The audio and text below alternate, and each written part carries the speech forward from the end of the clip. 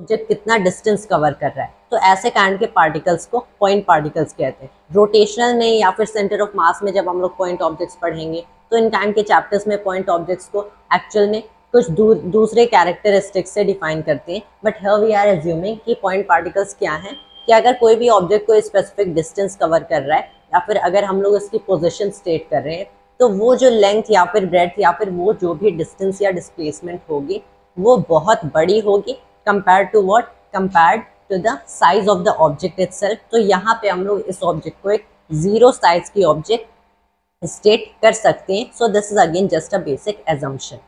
Kinematics में actual में there is 1D kinematics, 2D kinematics and 3D kinematics. 1D में motion सिर्फ एक सिंगल एक्सिस के अलोंग होता है। यहाँ पे आप एक एक्सिस लो, या तो एक्स एक्सिस या फिर वाई एक्सिस या फिर जेड एक्सिस। आपको ऐसे नहीं मिलेगा कि मोशन एक प्लेन यानी कि एक्स वाई या फिर वाई जेड या फिर एक्स जेड प्लेन में हो रहा है। सिर्फ एक सिंगल एक्सिस के अलोंग मोशन होता है। First of all will start with 1D kinematics जहाँ पे मोशन 1 डायमेंशन में हो रहा है। सो इन 1D काइनेमेटिक्स हम लोग कुछ बेसिक टर्म्स डिफाइन करते हैं, जहाँ पे जो सबसे पहला टर्म हम लोग डिफाइन करेंगे वो होगा एक रेफरेंस फ्रेम एंड ओरिजिन का। ओरिजिन हम लोग कोई भी एक ऐसा पॉइंट डिफाइन करते हैं जिसके रिलेटिव हम लोग किसी भी ऑब्जेक्ट का पोजीशन या फिर मोशन मेजर कर सकते हैं। It is something like this कि अगर आपके पास यहाँ पे एक कोई व्हीकल है जो कि इस डायरेक्शन में ट्रैवल कर रही है, यहाँ पे हम लोग जानते हैं कि आपको तो एवरीबडी नोज दिस कि अगर व्हीकल इस डायरेक्शन में 30 किलोमीटर्स एन आवर के स्पीड से जा रही है, अगर एक सिमिलर व्हीकल इसी डायरेक्शन में 30 किलोमीटर्स एन आवर की स्पीड से जाए, तब हम लोग क्या देखते हैं कि ये दोनों जो व्हीकल्स होंगी ये सारी डिस्टेंसेस एक साथ कवर करेंगे in equal amount of time interval, जिसकी वजह से हम लोग बोलते हैं कि इनका जो मोशन है, सिर्फ मोशन एक रिलेटिव टर्म होता है। डिफरेंट लोगों के लिए मोशन डिफरेंट स्टेट किया जा सकता है। तो ऑब्वियसली इस केस में अगर मैं इस व्हीकल की बात करूं स्पीड की रिलेटिव टू दिस व्हीकल की, अगर यहाँ पे कोई आदमी बैठा है एंड वो इस व्हीकल के ड्राइवर की स्पीड मेजर करना चाहते हैं, उसे 0 किलोमीटर पर आवर की स्पीड लगेगी। वाइल अगर मैं यहाँ पे रेस्ट पे खड़ा हूँ विथ 0 किलोमीटर पर आवर की स्पीड, मतलब मैं यहाँ पे स्टेशनरी खड़ा हूँ, तो मेरे लिए व्हीकल अभी भी यहाँ पे 30 किलोमीटर एन आवर की स्पीड से जा रही है। इसीलिए हमें जब भी मोशन को डिफाइन करना होता है हमें डिफरेंट वैल्यूज मिलेंगी अगर हम लोग डिफरेंट जगह से उसी चीज़ को, डिफरेंट रीजन्स एंड एरिया से उसी एक पर्टिकुलर बॉडी को ऑब्जर्व करें। इसीलिए जब भी हम लोग मोशन को डिफाइन करते हैं, रिमेंबर ऑलवेज कि डिफाइन करने के अलोंग हम लोग ये भी स्टेट करते हैं कि ये मोशन किसके रिलेटिव हो रहा है। उसके लिए हम एक क्या करते हैं, एक ओरिजिन कंसिडर करते हैं, जिस ओरिजिन के रिलेटिव अगर मैं इसकी डिस्टेंस बताऊं तो ये बेसिकली इस ऑब्जेक्ट की पोजीशन बताता है। ये कैसे बताते हैं अभी हम लोग वो भी देखेंगे। एंड ये जो पूरा रीजन होता है जहाँ से हम लोग इस मोशन को ऑब्जर्व कर रहे हैं, इसे एक फ्रेम ऑफ रेफरेंस या फिर रेफरेंस फ्रेम कहा जाता है। This is a reference frame. Reference frame भी 2 काइंड के होते हैं, इनर्शियल एंड नॉन इनर्शियल। उसकी बात न्यूटन्स लॉज ऑफ मोशन में किया जाता है। So for now we need to know एक रेफरेंस फ्रेम बेसिकली क्या है। अगर रेफरेंस फ्रेम की बात करें, इट इज द रीजन जहां से हम लोग किसी भी ऑब्जेक्ट के मोशन को ऑब्जर्व करते हैं, उसी रीजन को एक रेफरेंस फ्रेम कहते हैं। एंड रेफरेंस फ्रेम में क्या डिफाइंड होता है, एक पॉइंट जिसे हम लोग ओरिजिन बोलते हैं, जहां से बेसिकली मोस्ट केसेस में आप देखोगे, now this is not in all of the cases, लेकिन मोस्ट एग्जांपल्स में आप देखोगे ये जो बॉडी होती है इसकी मोशन स्टार्ट ही ओरिजिन से होती है, एंड जहां से ये स्टार्ट होती है उसी को हम लोग ओरिजिन बोल देते हैं। But this is for most cases. Generally कुछ केसेस आपको ऐसे भी मिलेंगे जहां पे हम लोग किसी दूसरे पॉइंट से बैठ के या फिर खड़े होके इस मोशन को ऑब्जर्व कर रहे हैं। उस केस में हमें क्या बताना पड़ेगा, इस ऑब्जेक्ट की पोजीशन को स्टेट करना पड़ेगा। नाउ विल लर्न कि कैसे इस ऑब्जेक्ट की पोजीशन स्टेट किया जाता है। Should I rub it? अगर हमारे पास कोई भी ऑब्जेक्ट है, सिंस मैंने बताया हम लोग एक पॉइंट पार्टिकल एज्यूम करेंगे, यहाँ पे मेरे पास एक पॉइंट है या फिर रादर मोर करेक्टली एक पॉइंट पार्टिकल है।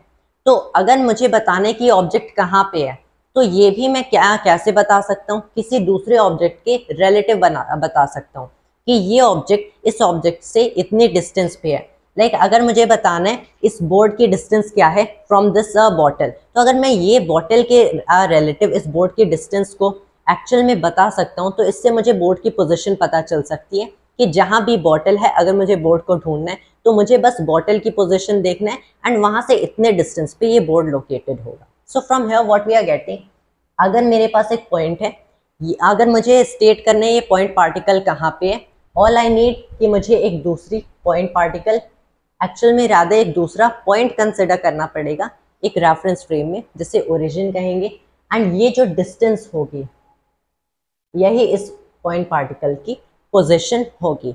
अगर हम लोग 2D 3D काइनेमेटिक्स में देखेंगे, ये ऑब्वियसली इसे पोजीशन वेक्टर कहते हैं, जिसे वेक्टर आर से डिनोट करते हैं।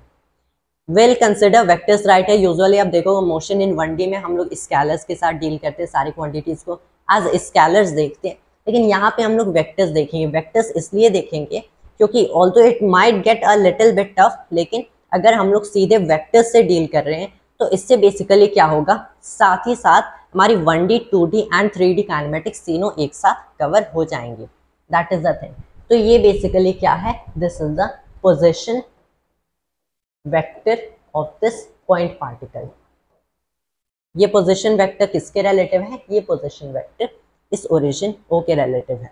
जब हम लोग बोलेंगे ये पॉइंट पार्टिकल मोशन में है, देन वी मीन ये पॉइंट पार्टिकल इस ओरिजिन के रिलेटिव मोशन में है। एंड सिंस मोशन की आपने डेफिनेशन ऑलरेडी पढ़ लिया होगा कि it is when any object is changing its position, but here the object is changing position relative to O, क्योंकि प्रीवियस एग्जांपल में, वो कार वाले एग्जांपल में वी सा कि दोनों 30 किलोमीटर पर आवर से मूव कर रहे हैं, तो सेकंड व्हीकल के अकॉर्डिंग फर्स्ट व्हीकल की पोजीशन तो नहीं चेंज हो रही है, फर्स्ट व्हीकल स्टैटिक है, रेस्ट पे है। दैट इज द रीजन कि हमेशा जो चेंजिंग ऑफ पोजीशन होगा ये रिलेटिव टू एनी ओरिजिन या फिर रेफरेंस पॉइंट डिफाइंड होगा। Without that we can not actually state what is motion. इस काइंड के एग्जांपल्स के कुछ एक्सेप्शंस भी होते हैं, जैसे लाइट इज एन एक्सेप्शन। आपने इलेक्ट्रोमैग्नेटिक वेव्स पढ़ा है, हाँ, तो इलेक्ट्रोमैग्नेटिक वेव्स में आपने मैक्सवेल्स इक्वेशंस पढ़े होंगे, राइट। मैक्सवेल ने बताया था कि लाइट एक ऐसी लाइट एक्चुअल में एक इलेक्ट्रोमैग्नेटिक वेव है, and all electromagnetic waves including light, आप उन्हें जिस भी फ्रेम ऑफ रेफरेंस से देखो, जिस भी पॉइंट से देखो, उनकी स्पीड हमेशा सेम होती है, वो हमेशा same amount of distance in same time cover करते हैं। So there is an exception, but in most of the cases of classical mechanics, classical physics हम लोग देखेंगे this rule actually holds, and modern physics में भी ये actual में hold करता है। लेकिन like if you are seeing there are some exceptions like light, कुछ थ्योरीज में we have to consider few other kind of equations. अब हम लोग देख लेते हैं जब ये बॉडी मूव करेगी तो यहाँ पे बेसिकली क्या होगा, इसका पोजीशन चेंज होगा। तो हम लोग इसके पोजीशन वेक्टर में एक चेंज रिप्रेजेंट कर सकते हैं। लाइक से I have the same point particle over here, यहाँ पे मेरे पास ओरिजिन है। जब ये पॉइंट पार्टिकल इस पॉइंट P1 से दूसरे पॉइंट P2 तक जाएगा तो ये पोजीशन चेंज करेगा।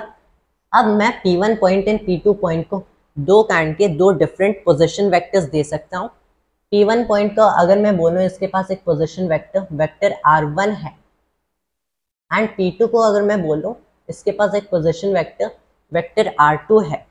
सो वी नो कि vector R2 and vector R1 में कोई ना कोई डिफरेंस होगा, क्योंकि ये इक्वल नहीं है। Vector R1 and vector R2 equal तब कब हो सकते हैं, जब ये पार्टिकल सेम पोजीशन पे है। इन दैट केस जब ये मूव किया ही नहीं, बट वी नो पार्टिकल ने एक्चुअल में मूव किया है। तो इस डिफरेंस के लिए, the difference in position vector को मेजर करने के लिए we define the quantity displacement, या फिर अगर वेक्टर के फॉर्म में देखें तो डिस्प्लेसमेंट वेक्टर। डिस्प्लेसमेंट वेक्टर अगर ये P1 से P2 तक गया, तो अगर मैं एक वेक्टर क्वांटिटी ड्रॉ कर दूं P1 से P2 तक, तो इसे हम लोग बोलते हैं delta vector R।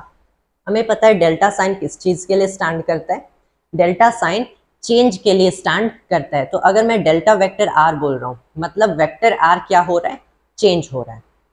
Delta vector R को लिखने के लिए how do we write it, obviously जो फाइनल वैल्यू होगी वेक्टर R की माइनस इनिशियल वैल्यू।